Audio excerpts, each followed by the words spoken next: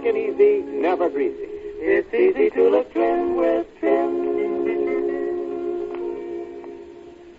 Men, you're using your head to get ahead when you groom your hair with Trim Hair Tonic. For Trim grooms hair in a handsome, natural way. Sets you apart as a man who's going places. And Trim does more than merely groom your hair.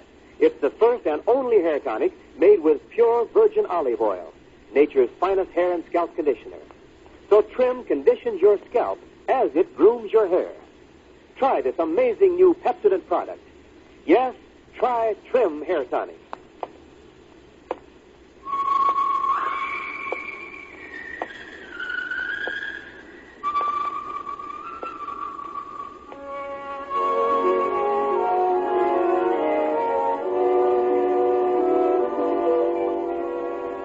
The Saint, based on characters created by Leslie Charteris and known to millions from books, magazines, and motion pictures. The Robin Hood of modern crime now comes to radio, starring Hollywood's brilliant and talented actor Vincent Price as The Saint. Come in. Oh, it's you again. Yeah, it's me again, Saint. I told you I'd be back for an answer. And I told you what the answer would be, McGatt. I like this town. I'm going to stick around a few more days and finish up my business here. Like I said, Saint, it ain't your business. And the boss has upped the price to $5,000 for you to skip. $5,000, Saint, just to leave town and forget you ever been here. That's not my price, McGatt. Well, then what do you want? Go on, make an offer. I want the man who killed John Daniels. Daniels? The Treasury Department guy? Yes.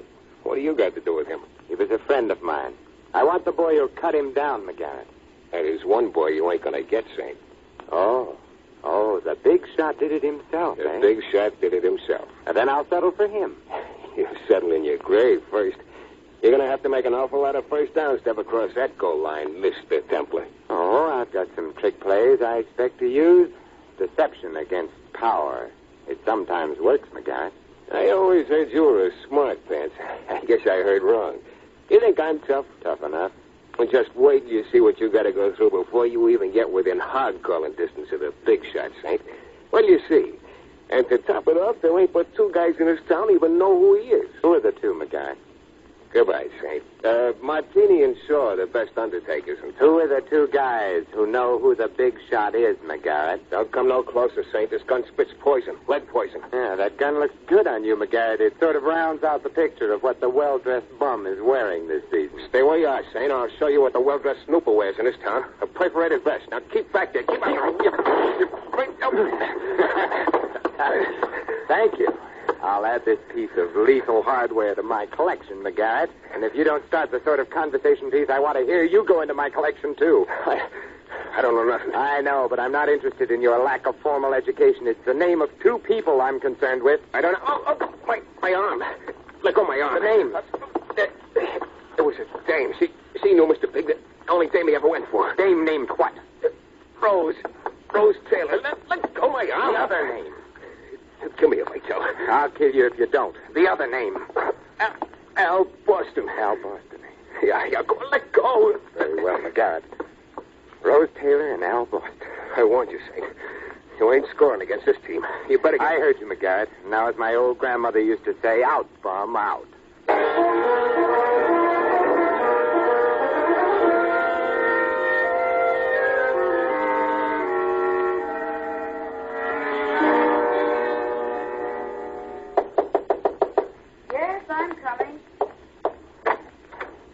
Do I know you?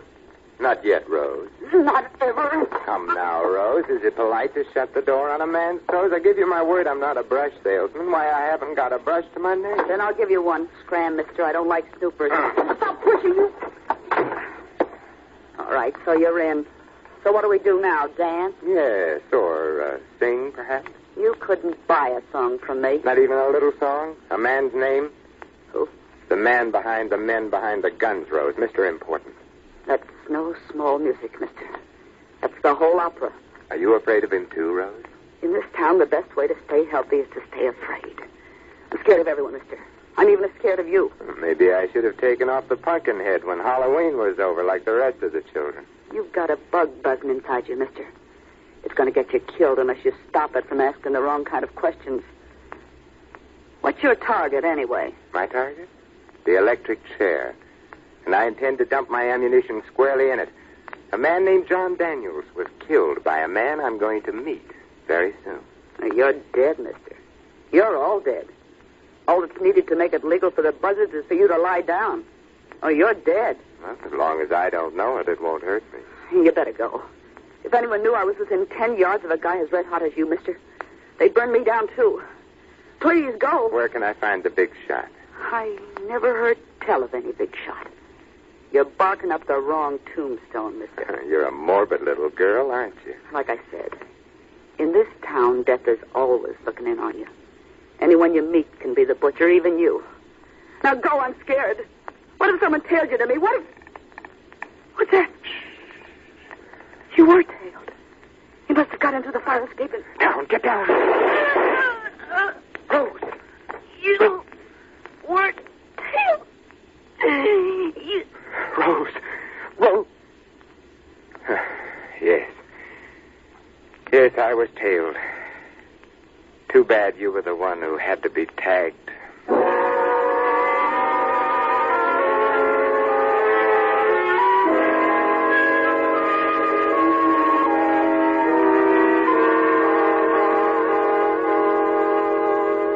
Well, Mr. Templar, I'm glad you decided to visit the office of the district attorney voluntarily.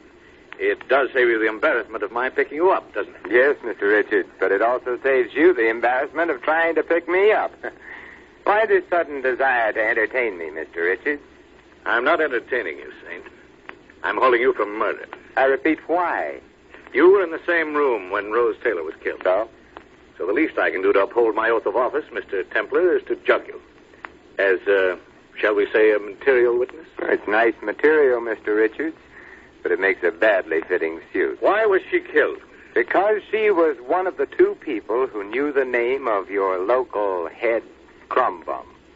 She told you? I wasn't given enough time to convince her that she should before someone decided it was the 4th of July. But there are other ways to search him out and make sure he keeps his date. His date, Mr. Templar? Yes, with the chair that men sit in only once. A certain John Daniels was a friend of mine from childhood. I was a pallbearer at his funeral, Mr. Richards. And so? The bullet in his back made his coffin awfully heavy. And it got heavier in retrospect when I heard that district attorney had called the case closed. I had to close it. I'd gone up every alley, and they were all dead end. There were too many live cases that needed my staff's attention. I know, so I'm playing it my way. I've gone up the same blind alleys in the past few days.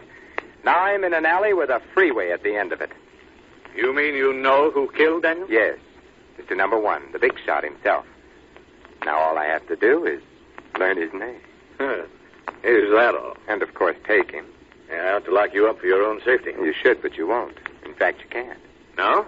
No, because I took the liberty to do a little press agenting. You what? I told the newspapers that I'd be here both today to have a talk and tomorrow morning at 10 o'clock to deliver a murderer. The people in this town might not approve of your not giving me the chance. All right. Until 10 tomorrow. I'll expect you, Mr. Templar, with or without your victim. I'll be here. I know you'll be here, Mr. Templar. The only question is, will you be here dead or alive?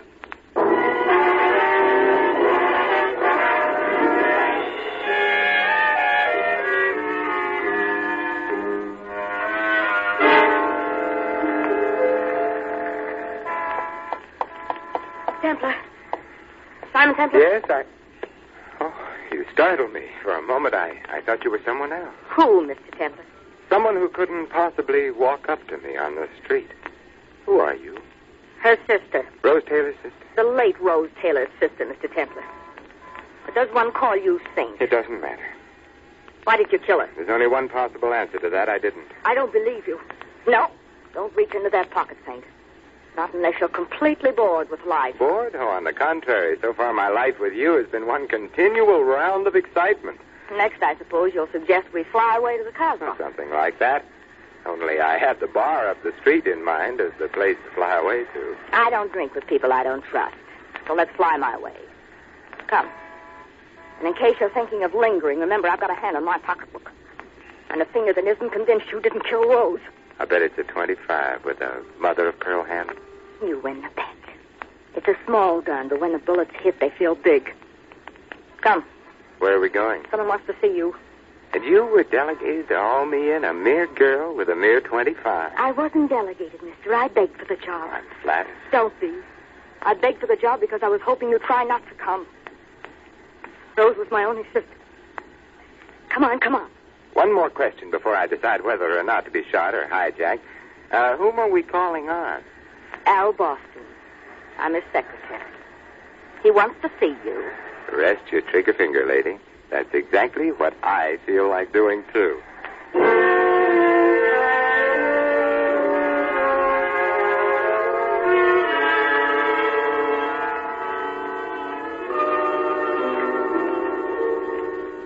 Hello, Al.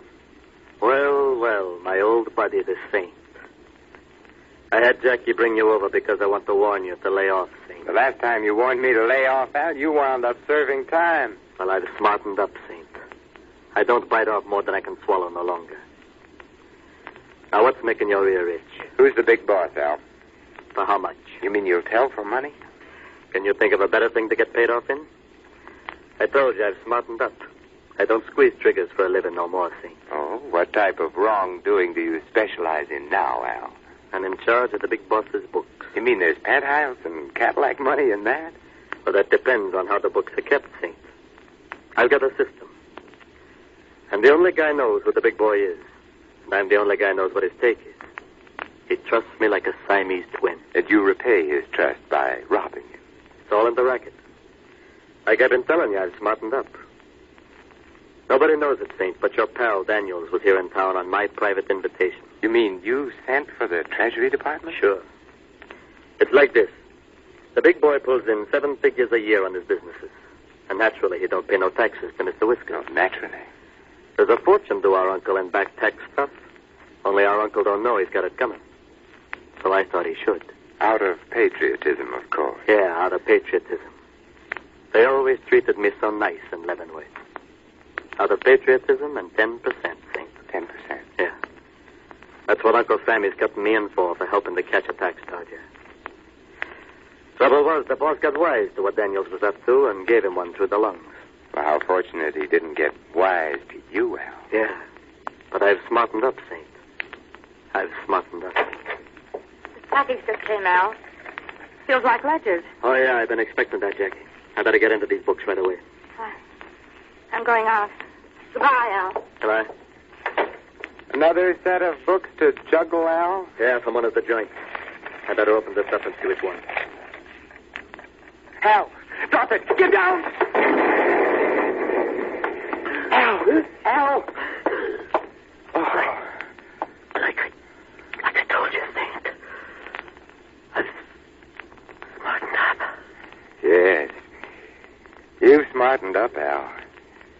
But I'm afraid someone else is just a little smarter.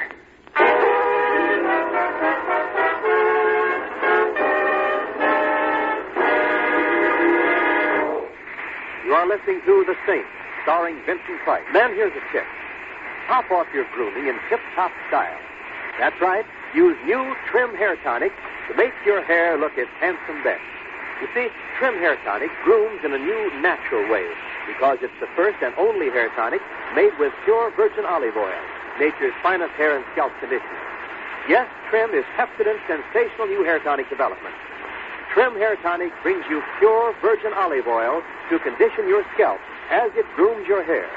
You can see the olive oil in Trim floating right on top. Just a few quick shakes spreads it completely.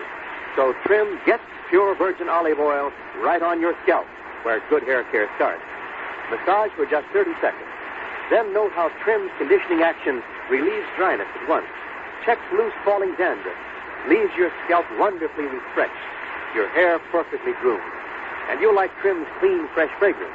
The way it's quick and easy, never greasy.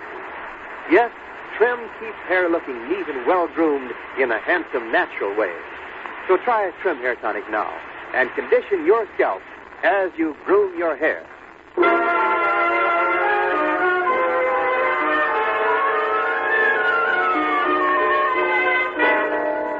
We continue now with Vincent Price as The Saint.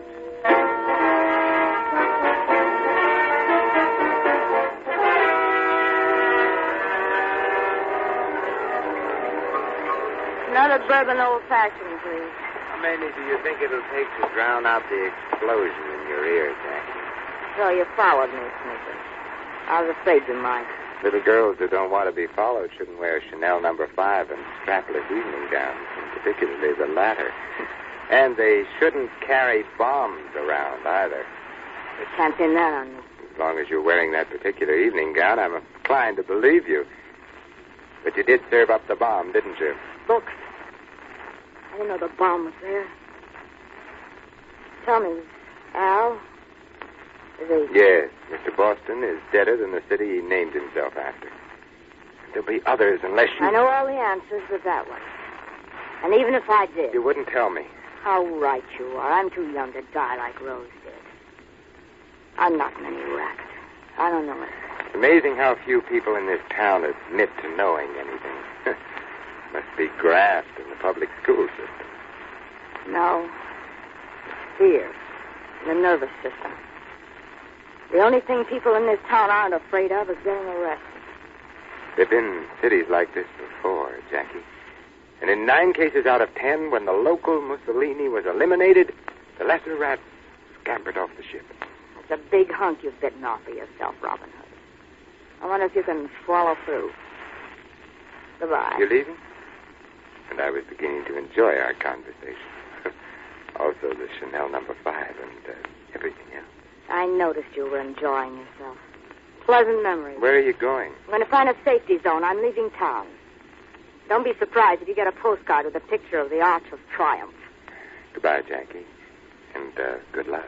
You're the one who needs the luck. I hope you get him. Rose was a good kid. I'll get him. She was a good kid. And thanks for the night's fat tip. Tip? I don't know what you're talking about. Be careful how you use it.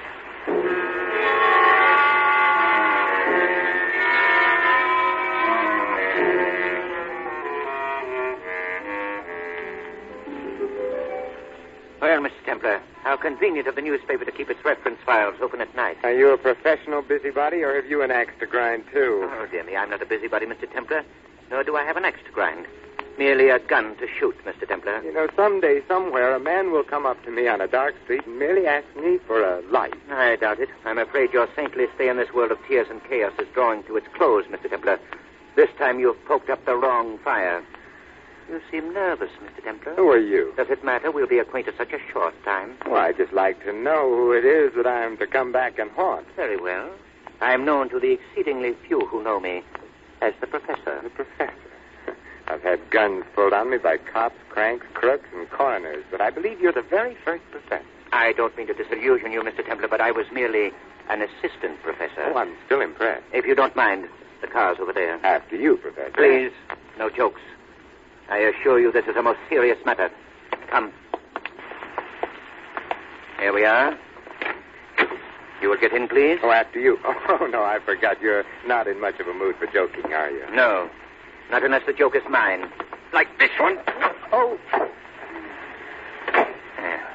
You hit him just a little harder, boys. You could have saved yourself some bullets. I pay you to drive the car, Stephen, not to offer suggestions. Okay, boys. Where to, the country? First, we'll go to the place, Stephen. There are some questions I want Mr. Templar to answer. Questions that may require a soundproof room.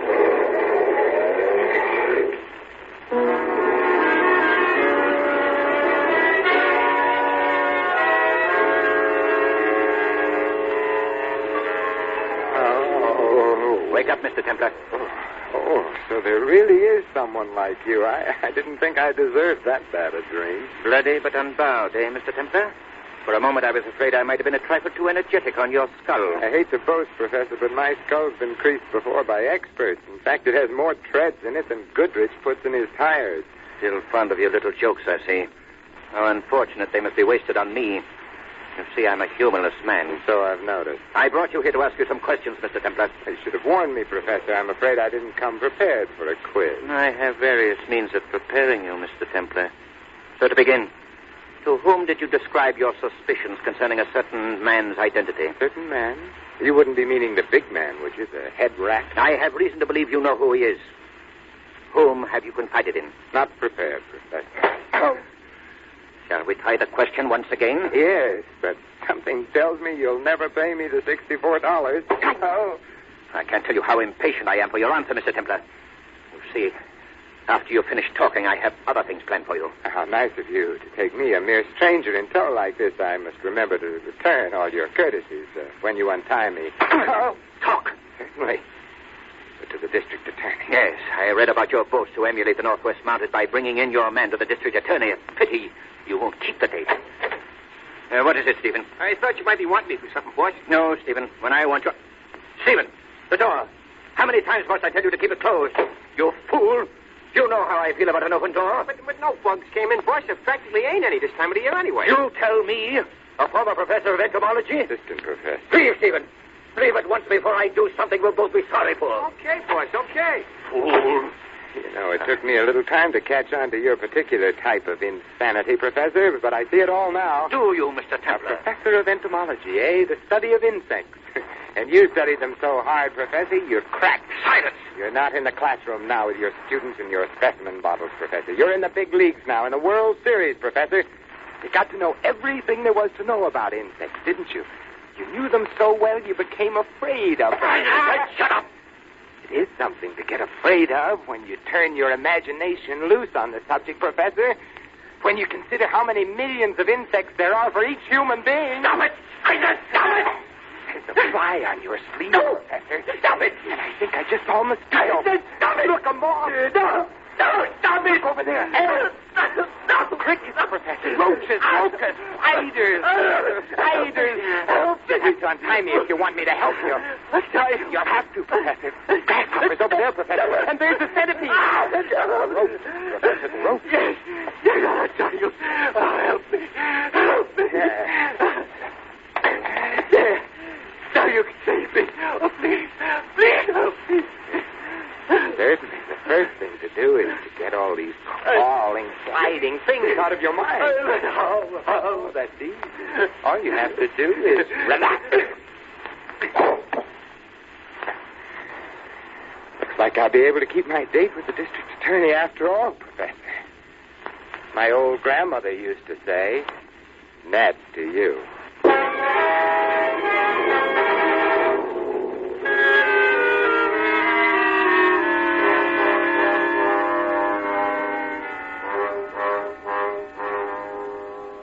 So you kept your word, Mr. Templar. You're here.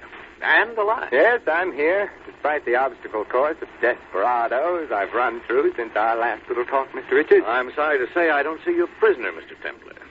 As I recall, you were to dish up the head crumb bum.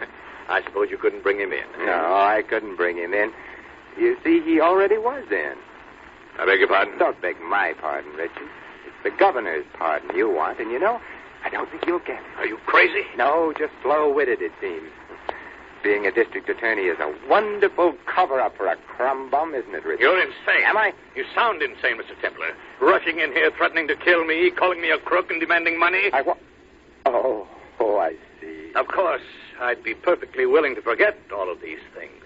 And the various other offenses I find it so cozy to dream up. If you'll just quietly leave town and pretend you were never here. You mean just force from my memory some of the happiest moments of my life, Mr. District Attorney? Oh, no, you're asking too much. Then it looks as though we've reached a stalemate, Templar. Unless, of course, one of us chooses to get violent. Once I catch a murderer, Mr. Richards, I leave all further violence to the state executioner. Once you catch him, Templar. Right now you seem to be in the disturbing position of the hunter who caught a tiger by the tail. Put up your hands. Huh? Oh, you mean over my head? Your bug-crazy professor made me keep them at my sides.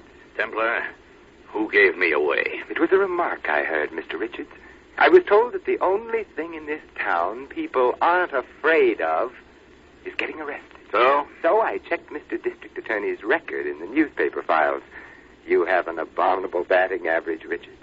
People, your people, were literally getting away with murder. Yeah. How clever of you to notice. You controlled the gang because you could set them free, and so you also controlled the racket. I know, but you still have to prove your story, Mr. Templar. Oh, it's already done. I took the trouble to switch on your intercom, Richards. I'm afraid our conversation wasn't very private. Why, you... And now, Mr. Richards, our personal business. before the police get here. Keep your Mr. hands Richards. up high. Certainly. Certainly. Is this high enough? Or shall I raise them higher so I can reach this chandelier?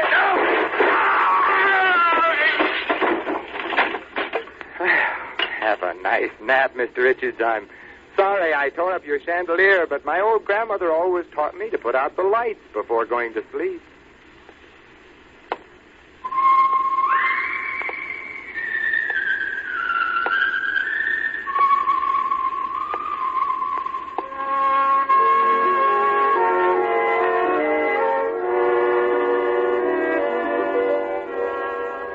Our star, Vincent Price, will be back in a moment.